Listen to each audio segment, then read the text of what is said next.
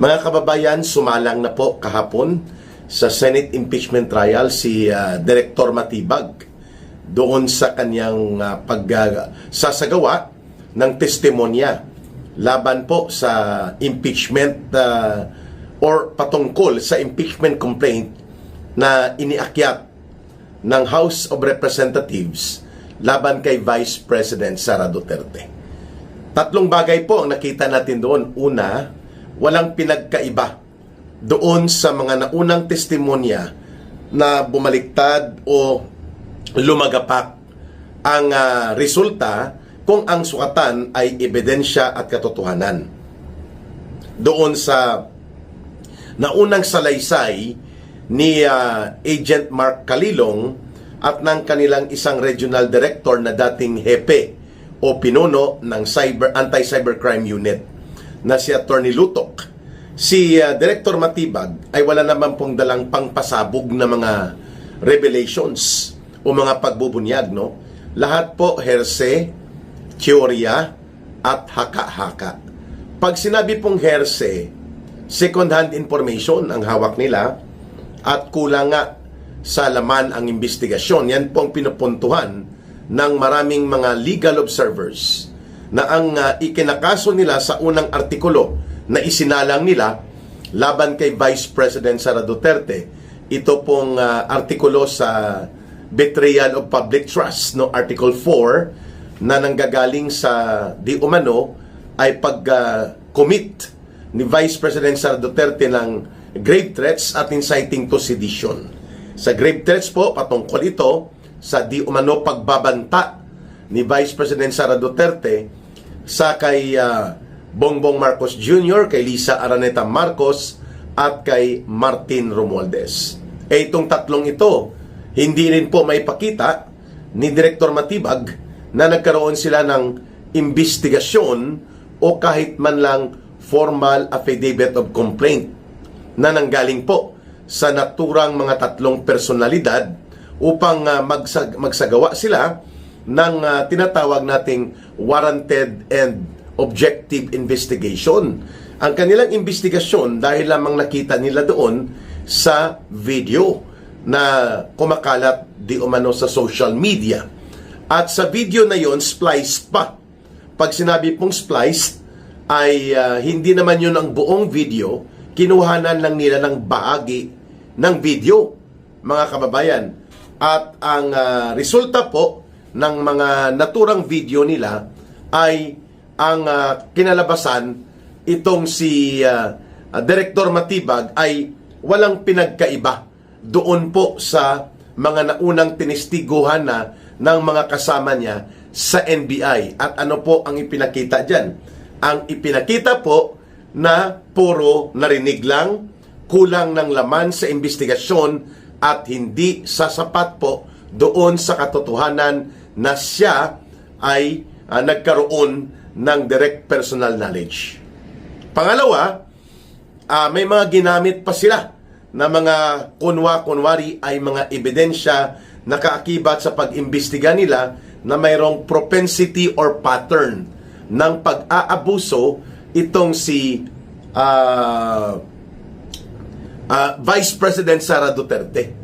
At ginamit pa nila ang statement ni Las Cañas na the self-confessed na kunwari ay isa sa mga birador o tumbador ng mga Duterte sa Davao.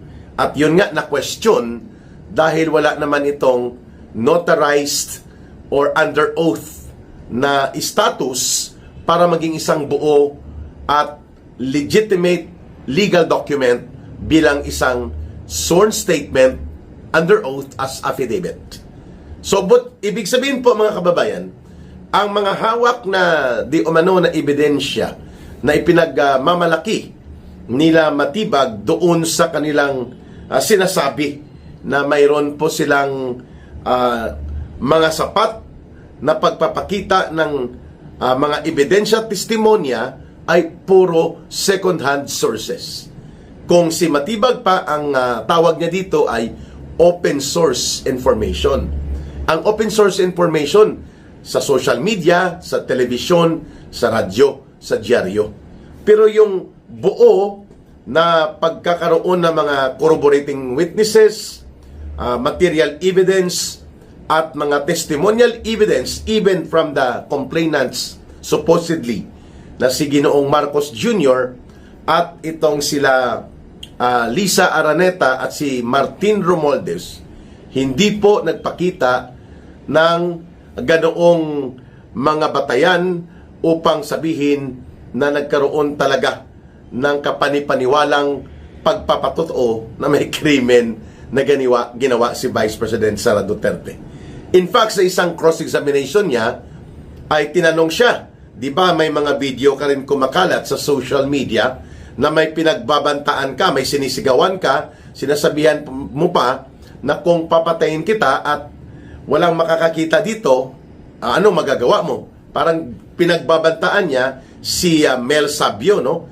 Someone who is also a friend or an associate niya, nang ito po ay nagkaroon sila ng mga pagtatalo sa Parañaque or something sa Laguna, sa area ng distrito ng kanyang asawa at sa may San Pedro, Laguna. Doon nga po inamin niya, nang tinanong siya, di ba yan ay pagpapakita din ng iyong outburst of emotion at hindi naman nangangahulugan na seryoso mong pinagbabantaan na talagang papatayin mo yung naturang individual? Ang sagot niya, yes. So kung outburst of emotion ang qualification ni Melvin Matibag sa kanyang sarili na mga nangyari na mga pagbabanta doon sa kanyang isa sa mga individual na nakasagupa o nakaengkwentro niya sa Bangayan noong panahon na nakuhanan siya ng video, o bakit pagdating sa ganoong uri ng sitwasyon ng outburst of emotion ni Vice President Sara Duterte bilang konteksto kung bakit naibungad niya yung mga unconventional statements na yon sa pagkakataon na siya ay nasa isang Zoom conference, bakit pagdating kay Vice President Sara Duterte ay tinatawag ito ni Matibag bilang grave threats at inciting to sedition? Di po ba ito ay isang malinaw na double standard? So, ibig sabihin po na back to me si Melvin Matibag. Bumalik po kay Matibag ang naturang problema kung saan hindi niya ma-establish ang intent and basis in evidence at doon sa hindi nga nagsampa ng anumang reklamo sila Romualdez, sila Lisa Araneta at sila Bongbong Marcos Jr. So anong batayan mo na sila ay na-threatened? Sila ay nagkaroon ng matinding pagkabahala tungkol sa naturang statements na inilabas ni Vice President Sara Duterte noong November 2024. At mga ebidensya nila at mga affidavit na nauna nang inihayag doon sa Senate Impeachment Court, wala din pong consistency. So, kung sa Granada pa na mga usapin, may Granada na sumasabog, may Granada na pangpagulpi di gulat, at ang tawag dyan ay DUD. D-U-D, DUD. So, yun po si Melvin Matibag, naging isang DUD. O kung sa mga rebentador pa, o sa mga paputok sa New Year, o sa mga firecrackers, imbis na maging quites o kamara, ang kanyang testimonya at presensya sa Senado ay naging quitis. Ay naging watusi. Watusi. Ano po ang overall summary dito sa unang artikulo na pilit isinasalang laban kay Vice President Sara Duterte? Ang ibig sabihin po, walang ebidensya, walang katotohanan at hindi makakatayo ito sa sukatan ng mga batayan sa impeachable offenses as defined by our Constitution. Wala po. Ang dapat nga ito, ang unang artikulo na to i-dismiss kaagad. Kasi sinasayang lang nila Matibag at ng mga prosecution panel ng House of Representatives ang oras ng korte. Natameme patuloy ang House Prosecution Panel nang nasermonan sila tungkol po dito sa paggamit at mga pag-present sa impeachment court ng mga dokumento na hindi under oath.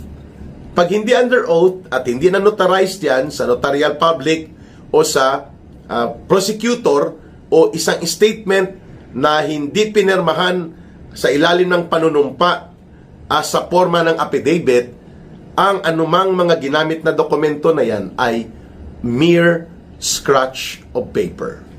Ibig sabihin, walang saysay, walang katuturan, at walang kabuluhan. Kaya si Luistro po, nagpapalusot pa, alam naman po natin na nag-aabogado-abogado lang siya.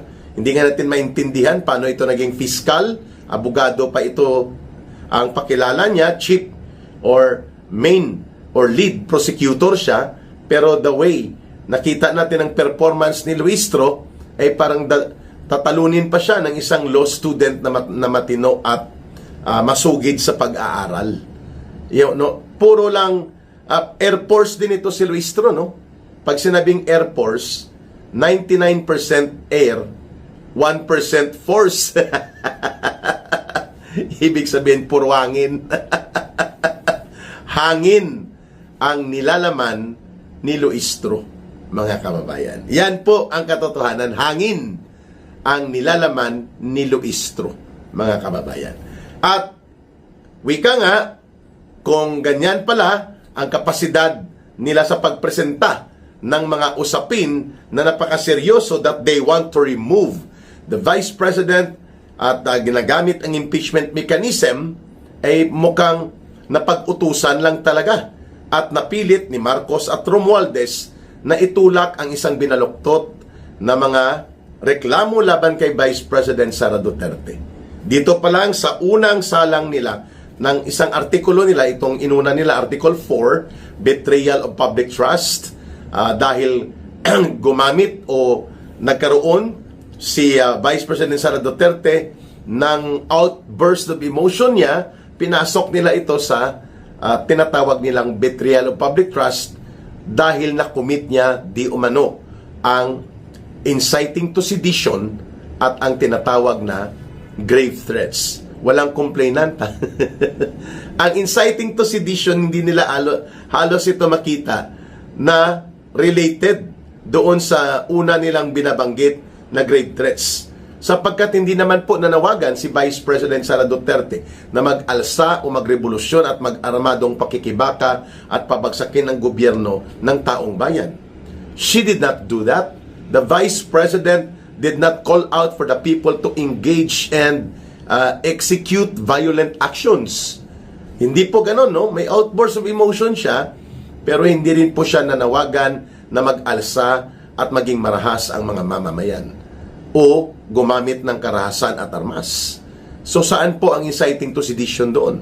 Sabi nga ng ibang abogado, dapat nag-file na lang sila ng kaso sa korte, hindi yung impeachment court ang kanilang sinayang, kung saan araw-araw po sa loob ng mahigit kumulang ay 92 days na trial ay kakain ito ng mahigit kumulang 2.5 billion pesos ang magagastos ng taong bayan dito mula sa pondo natin. So, sinasayang lang ang oras, sinasayang pa ang resources. At the end of the day, of course, all this blunder and all this open display ng katarantaduhan na kahit walang kaso at walang ebidensya, ipinipilit talaga para lamang tanggalin si Vice President Sara Duterte sa kanyang kapangyarihan o sa kanyang tungkulin bilang Vice President ng ating bansa as duly elected by more than 32 million Filipinos. Ang gagamitin pa rin dito po ay ang political alignment and political affiliation ng mga senador.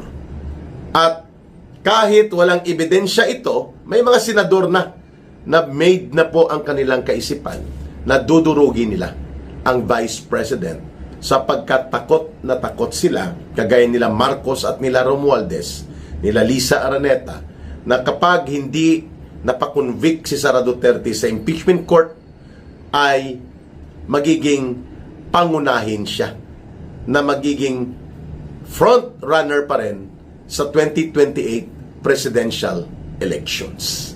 Yan ang ikinatatakot, yan ang ikinababahala po nila kung bakit ito ang nangyayari ngayon sa pagpupumilit nila Luistro ng impeachment prosecution team na lalantad pa na sloppy o wala talagang professional capacity or objective and honest intention itong House prosecution at ang buong House of Representatives dahil hindi makakatayo.